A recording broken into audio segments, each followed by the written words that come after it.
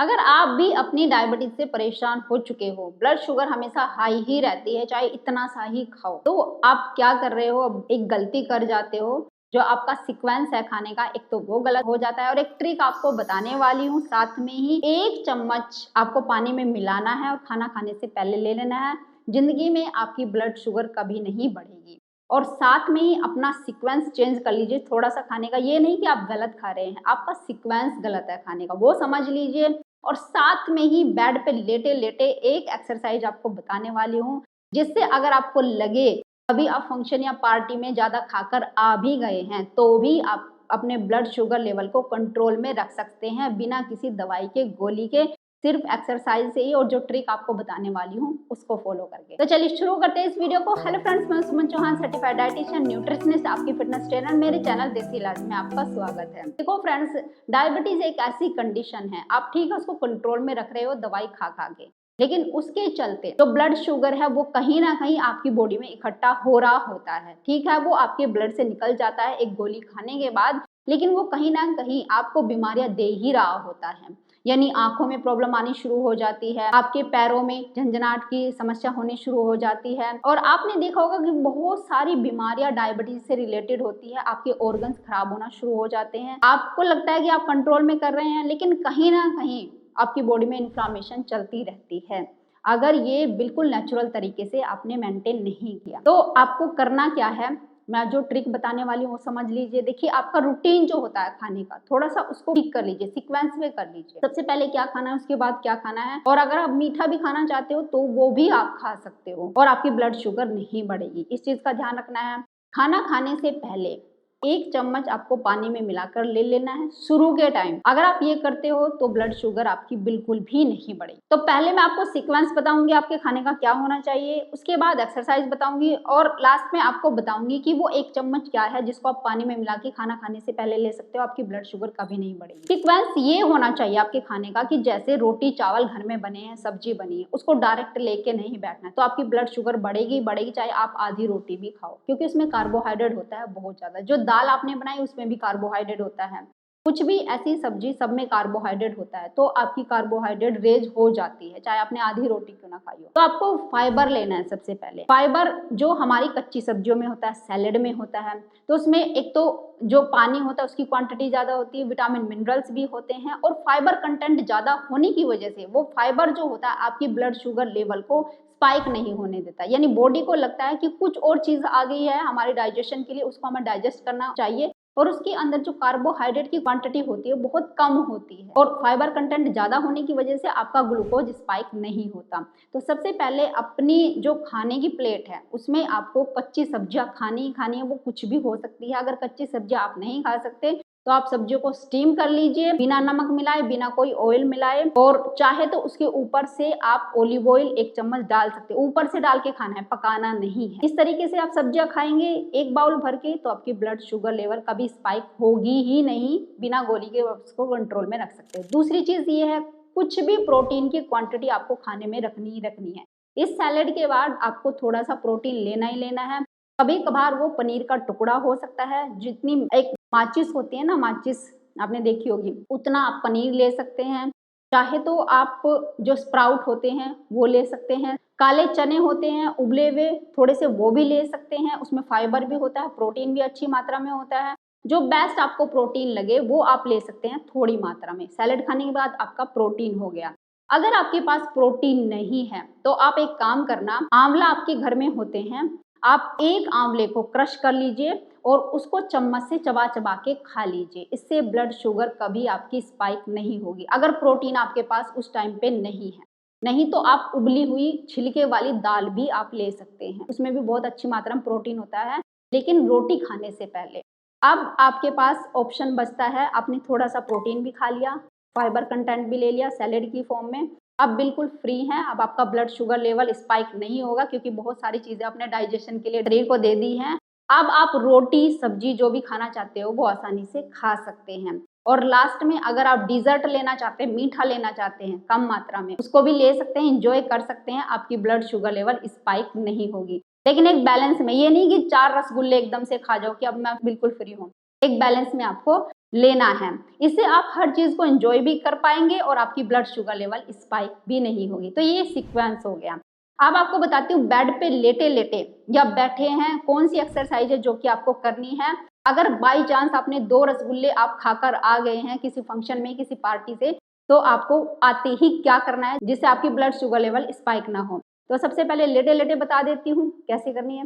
तो जब आप बेड पे लेटे हुए होते हैं और खाना आपने अच्छी मात्रा में खा लिया है, आपको डर है कहीं ब्लड शुगर लेवल बढ़ ना जाए, तो लेटे लेटे ही ये कर लो। इस तरीके से अपनी पैरों को उठाना है और आगे पीछे एडी को खींचना है, फिर पंजों खींचना है, एडी को खींचना है, पंजों खींचना है। देखो इससे क्या हो रहा है कि आपके जो काफ मसल होते हैं ये स्ट्रेच हो रहे हैं, इन पे काम हो रहा है। जब आप ऐसे लटका के रखते हो तो जब ये एक्टिवेट होना शुरू होता है आपकी काफ मसल, ये सोलियस मसल जो होता है, तो ये डायरेक्ट आपके ब्लड में जो ग्लूकोज होती है ना, जो मीठा होता है, उसको खींचना शुरू कर देता है, वहां से कैलोरी लेता है। तो अगर आप कम से कम ये 100 रेपिटेशन या 50 रेपिटेशन भी कर लेते हैं तो बहुत सारी ब्लड शुगर लेवल आपकी यहाँ पे आ जाती है, ये खा जाते हैं उसको। तो इस तरीके से आप करते रहिए। ऐसे अगर आप ज़्यादा खाकर आ गए हैं, अब एक स्टेप से आप बोर हो गए हैं, तो आप इस तरीके से अपने पैरों को हिला लीजिए। ऐसे कैसे भी हिला सकते हैं, ऐसे ऊपर नीचे आप करके देखो, डायरेक्ट यहाँ पे काम होता है। ये जो होते हैं ये बर्न होने लगते हैं। इस तरीके से हिला लीजिए, ऐसे हिलाते रहिए कम से कम 30 सेकंड के लिए, या फिर बढ़ाते बढ़ाते 1 मिनट तक ऐसे हिलाते रहिए जितना आप कर सकते हो। ऐसे ऐसे भी एक दूसरे में पैरों को मार सकते हैं इस तरीके से। अगर आप थक जाए थोड़ा रिलैक्स कर ले और फिर से इस तरीके से टैपिंग या ऐसे हिलाना शुरू कर दें, जैसे भी आपको ठीक लगे। जब आप थोड़ा सा थक गए, अपने पैरों को नीचे रख लिया, अब आपको लग रहा है कि भाई अब ऐसे नहीं उठा के रख सकता, ठीक है। अब इस तरीके से आप पैरों को रखे रखे ही एडी को उठाइए नीचे करिए, एडी को उठाइए नीचे करिए। ये लेटे लेटे ही आपको करना है इस तरीके से। देखो आप थके हुए हो, आपसे घूमा नहीं जाता, आप ज्यादा घूम नहीं सकते, लेकिन आप बेड पे लेटे लेटे ये जरूर कर सकते हो, ऐसे इस तरीके से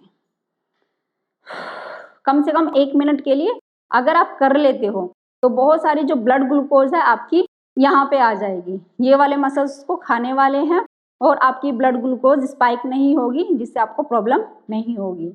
और इसको लेग्स को उठा के भी ऐसे कर सकते हैं, आगे पीछे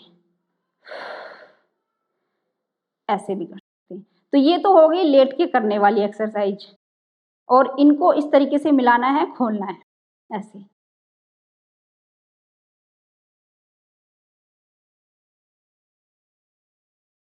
जब आप लेग्स को ऐसे मिलाते खोलते हैं ना, तो आपके लेग्स के मसल्स फायर होने लगते हैं, यहाँ के मसल्स, यहाँ के मसल।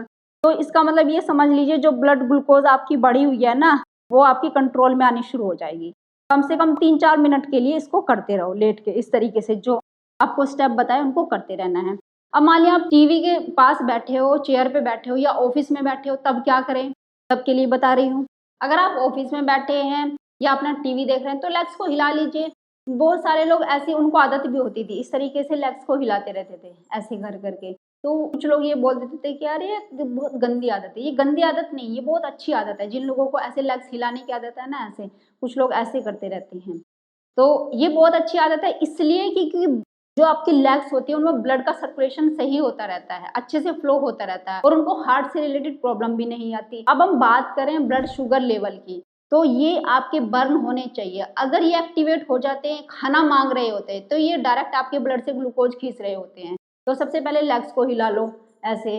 लेग्स को आराम से नहीं बैठने देना है जिनको ब्लड शुगर लेवल हमेशा हाई रहता है, और इस तरीके से अपनी एड़ी उठा लीजिए। तो ये आपके फायर होना शुरू हो जाते हैं, ये वाले मसल्स, हाफ मसल्स, ये बर्न होना शुरू हो जाते हैं। इस तरीके से ऐसे कर लीजिए, तो आप देखेंगे कि ब्लड शुगर लेवल हमेशा आपकी कंट्रोल में रहेगी। बस ये आदत डाल लीजिए। अब जो लोग खड़े हैं, मान लिया आप खड़े हैं, खड़े होके कुछ काम कर रहे हैं, या जैसे लेडीज होती है, हम किचन में खड़े रहते हैं, तो किचन में खड़े होके या आप नॉर्मल भी खड़े हो तब क्या करें, इस तरीके से ऐसे ये कर लीजिए। बस अपनी एड़ी को उठाना है, ऐसे भी कर सकते हो इस तरीके से। बस लेग्स को ऐसे करते रहिए, या हल्के फुल्के ऐसे ज़्यादा हिलना डुलना नहीं चाहते, इस तरीके से लेग्स को हिला लीजिए। एक साथ भी हिला सकते हैं ऐसे, या आप सपोर्ट किसी चीज़ का लेना चाहते हैं, बिना सपोर्ट के आप नहीं कर पा रहे, किसी चीज का सपोर्ट ले लीजिए, इस तरीके से, ऐसे भी कर सकते हैं। एक एक पैर को ऊपर नीचे कर रहे हैं, चाहे जैसे आपका मन करे उसी तरीके से आप करिए, लेकिन जितना ज्यादा करोगे उतना बिना दवाई के अपने ब्लड शुगर लेवल को कंट्रोल में आप रख पाओगे। और मैं ये नहीं कहती कि बाकी सारी एक्सरसाइज छोड़ देनी है, जितना भी आपको टाइम मिले वॉकिंग करने का, वॉकिंग सबसे बेस्ट एक्सरसाइज है जिनका ब्लड शुगर लेवल हाई रहता है, जिनका टमी निकला हुआ है। और एक चीज और, जहां आपको सीढ़ियां चढ़ के जाना पड़ता है, उस मौके को कभी छोड़ना नहीं है। दिन में कम से कम 5 से 10 बार सीढ़ियां चढ़ने की आदत डाल लो, कभी आपका जो ब्लड शुगर लेवल है वो हाई नहीं होगा, दवाई की आपको जरूरत नहीं पड़ने वाली है। तो ये तो हो गई, मैंने एक्सरसाइज की बात आपको बता दी, किस सीक्वेंस में खाना खाना वो भी आपको बात बता दी।